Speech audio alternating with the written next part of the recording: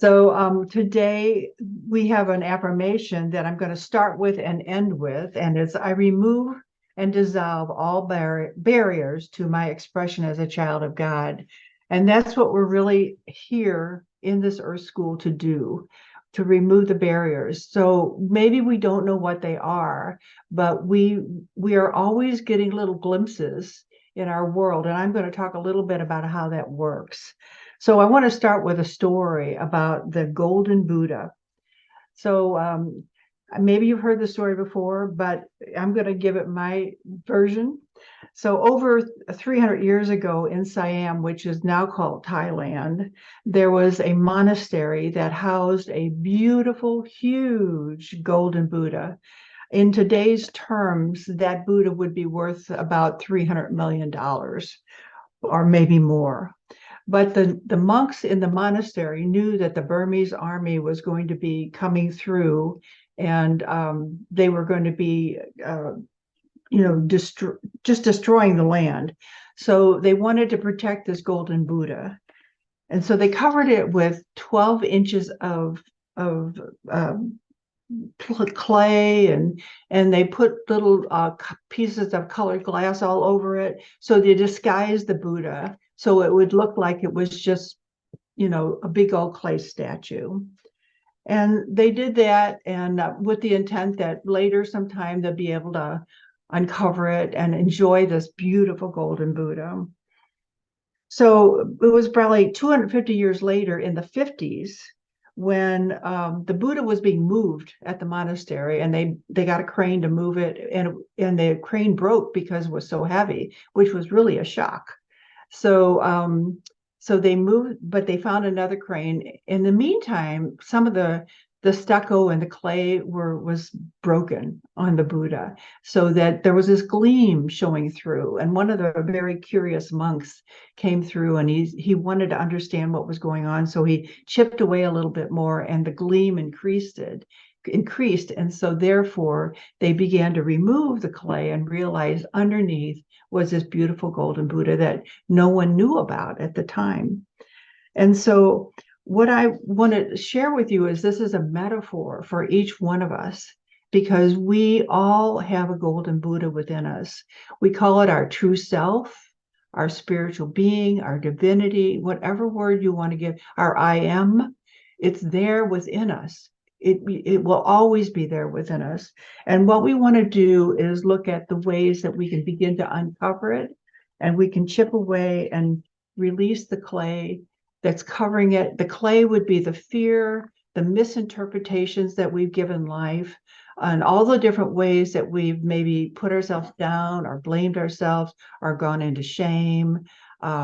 Those are all false emotions that the ego has presented in our world, because we came through this world with this idea that we're to be perfect, or we're to act a certain way, or we're to be a certain way. And most of that was basically a misinterpretation.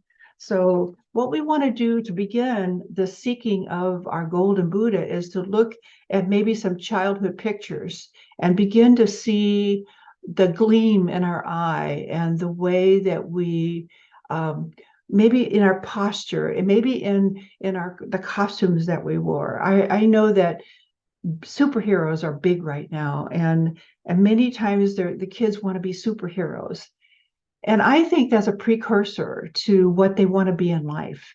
So a superhero could be an amazing doctor. A superhero could evolve into a military persona, or a police officer, or someone that helps in the hospital. In so many ways, we're all superheroes, but I think we don't acknowledge that because we bring our gift to the world, and we offer so much when we're coming from that place of Golden Buddha. So we look at the pictures that we've had as a child and begin to see that spark that was there. We also remember the dreams that we had. What was it that we loved doing that we could get lost in doing it? No, I loved sewing. I loved reading. I loved looking at heroes in our life and how they got there and what happened to get them there. I loved I was always looking for the deeper part. What was it they did, felt, saw, understood that helped them move into this greater expression. So I had a fellow in my neighborhood as a kid, and my twin and I used to go over to his house to play, and he would wrap us in all these fabrics. His mother gave him the old drapes and blankets and whatever, and we would create costumes out of those. And I often wondered what happened to him, because I felt like he was destined to be a designer of some sort, because that's what his passion was all about, is clothing and designing and creating these costumes. So each one of us had something that was going on. I had one son who was, all summer, he and his buddy were building a tree house, in the creek, in the area, in the wooded area. And they loved to go scrounging around the neighborhood and finding things that they could put in their treehouse. So obviously there's a building aspect to him, or maybe it's putting the puzzle together to make this tree house. So each of us have something that we loved doing, and we could lose ourselves in it. And that was a key, that was a sign of what our spiritual DNA is. And we want to look at what happened to that dream. Did it get lost? Have you pursued it? Have you capped it? Have you dumbed it down? What have you done with that dream? Because when Spirit gives us the dream, then it's our, not, I want to say obligation, but it's our path to open that up and to be that. That is our golden Buddha. That is our gift to the world.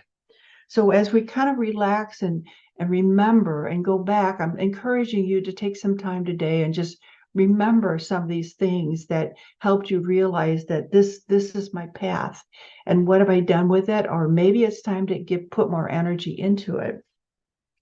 So one of the things that happens, though, is we have traumas, and sometimes they're little traumas and sometimes they're big traumas. But one of the things that I remember was when I was in third grade, and my twin and my mother and the teacher got together.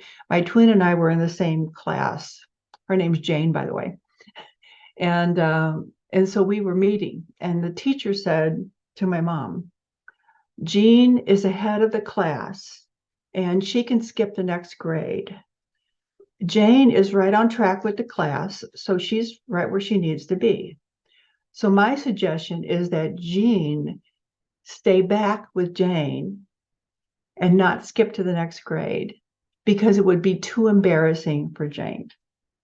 So you can imagine what I took from that instance. First of all, I was surprised, but secondly, I realized that being ahead was not honored, that it's better to stay back and wait for everybody else rather than go forward. And that was something I carried with me for a long time. And then one day I remembered it and I went, I've been waiting for people my whole life. This is crazy. I refuse to do it anymore. And so in that moment, when I connected to that old memory, I changed.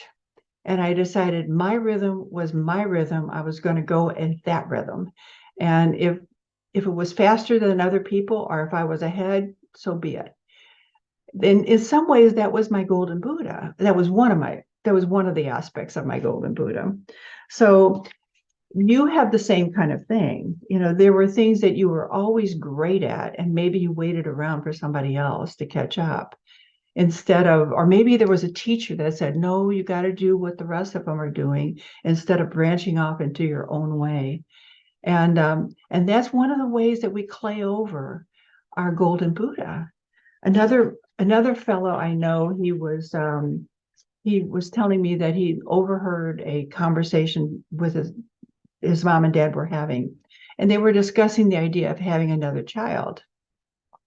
And his interpretation was, well, if I was so wonderful and I was such a great kid, they would not want to have another child. They would be so happy with me.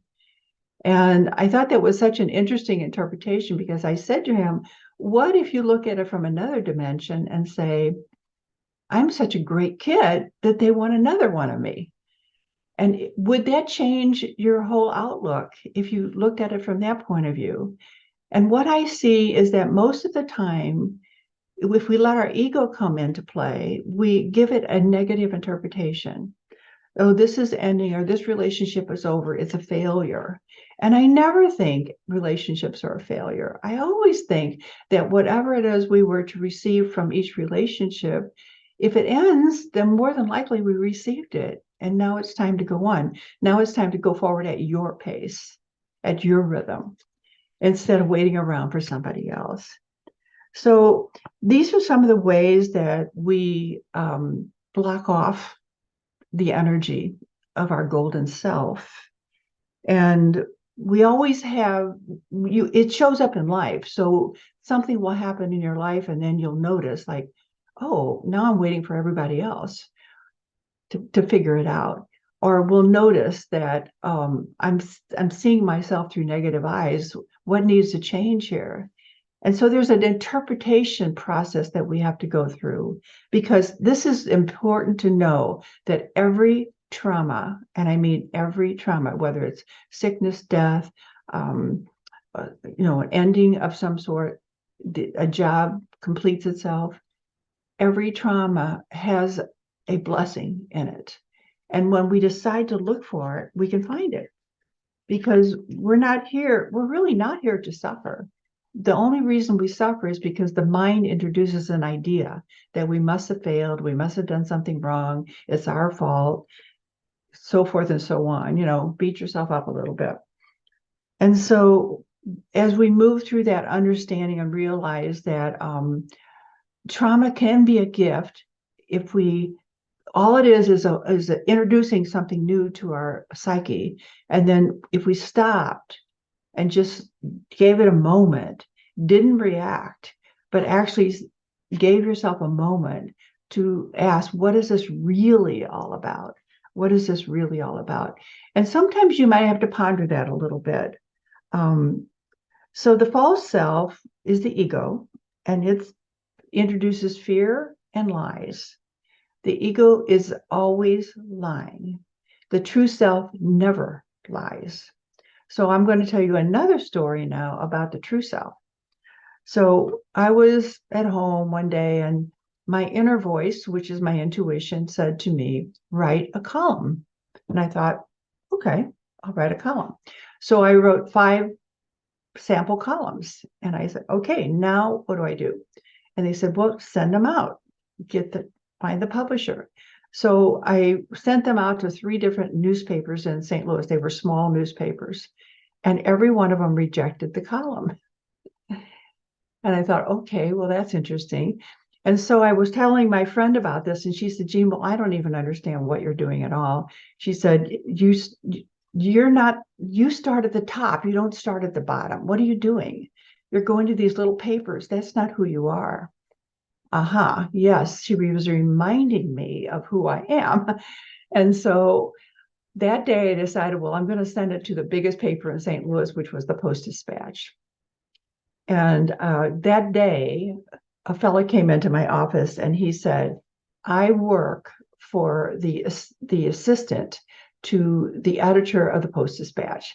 I work for Pulitzer, or the fellow that I know works for Pulitzer. And he said, I'm going to put a good word in for you so that they'll be sure and look at your column when you send it in. I went, super. So anyway, I sent in the column. Apparently he did his end of the deal. And then I called the editor, the features editor, about a week later, and I said, did you get the column? He said, oh yeah, I got the column. I loved it. It was great. But we don't have room in the paper. We just don't have room. I would publish it if we did. He said, okay. In my world, I went, it's a good column. I'm writing well. Thank you, God. I know that that's the answer I was to receive. Thank you. So then I thought, okay, next major paper is the St. Louis Globe Democrat. So I thought, that's where I go next. So I sent the column to the Globe Democrat. And a week later, I called the features editor and I said, listen for God in this now, okay? I said, did you get the column? Oh, yeah, I really like the column. By the way, the column was called The Game of Life. I think I mentioned that. Anyway, he said, I like the column. He said, but I didn't have room to put it in the paper. I had no space left, except today, the editor of the paper said that we're going to start publishing an evening paper. And I went, whoa. And so he said, I'm putting the column in the evening paper. Yay. So I knew it was a God thing. I knew it was a God thing. So anyway, it went into the evening paper. It was so fun. And I enjoyed every week on Tuesday it would come out. I loved it. And then at the end of a month, 1 month, the editors decided he wasn't going to do an evening paper anymore. And I called the features editor when I heard this, and I said, well, what are you going to do with the column now? And he said, I'm going to put it in the daytime paper. So I was published with the Globe Democrat until it ended, a couple years later. And that story is for you because I saw success in everything that I did. Even when the column was rejected as not enough room, I saw that the universe was telling me it's good, keep going, keep going. And that's all I'm trying to say to you today is that whatever the dream is, whatever it is that lights your fire, whatever it is that brings you life and joy and happiness, and you gleam when you're doing it, that is your golden Buddha. And today is the time to begin to unclay it. And don't worry about failure. Failure doesn't exist. That's just it's an illusion. Because if it's time for yours, then you just walk through the maze until you find the right place for it to go. And so it's all about cultivating the true self, the part of you that says, I can do it. It's my DNA. It's my spiritual DNA, and I can find my way through all this. So this is about taking action. We start wherever we are, we just take some action, and then we go from there. So there's a poem that I think it's a poem anyway. It sounds like a poem that Joseph Campbell wrote, and he was the author of The Hero in with a Thousand Faces. The Hero with a Thousand Faces, a very well-known book. He said, and this is for you. We all are heroes. A hero ventures forth from the world of common day into a region of supernatural wonder and decisive victory is won because of that. The hero goes back from the mysterious adventure with the power to bestow boons on his fellow man.